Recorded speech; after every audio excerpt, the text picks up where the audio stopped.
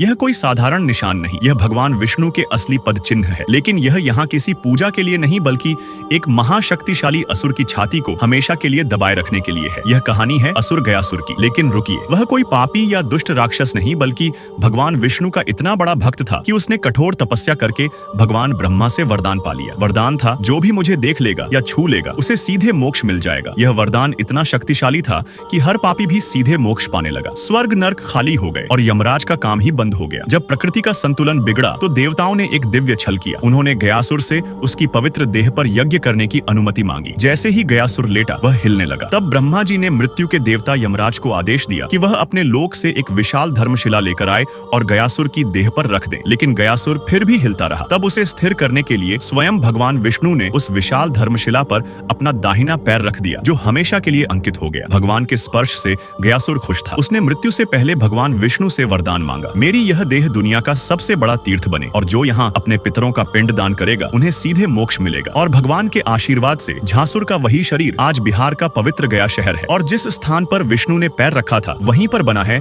यह प्रसिद्ध विष्णुपद मंदिर। लेकिन रुकिए, इसी मंदिर के बगल में इस फाल्गु नदी में कभी पानी नहीं दिखेगा। क्यों? कहते हैं जब भगवान राम और लक्ष्मण अपने पिता के पिंडदान की सामग्री लेने गए थे तब राजा दशरथ की आत्मा स्वयं प्रकट हो गई और उन्होंने माता सीता से ही पिंडदान मांग लिया। तब सीता जी ने फल्गु नदी की रेत से ही पिंड बनाए। उनके हाथों में रेत भी अन्न के पिंड के बराबर हो गए और फाल्गु नदी एक गाय और एक ब्राह्मण को गवाह बनाया। लेकिन जब राम जी लौटे तो उन्हें इस बात पर विश्वास नहीं हुआ कि बिना सामग्री के पिंडदान कैसे हो सकता है। और राम के अविश्वास को देखकर तीनों गवाह डर गए और झूठ बोल गए। तब क्रोधित होकर सीता जी ने तीनों को श्राप दे दिया और फल्गु नदी को श्राप मिला कि तुम हमेशा सतह के नीचे ही बहोगी। कमेंट में जय श्री विष्णु जरूर लिखें।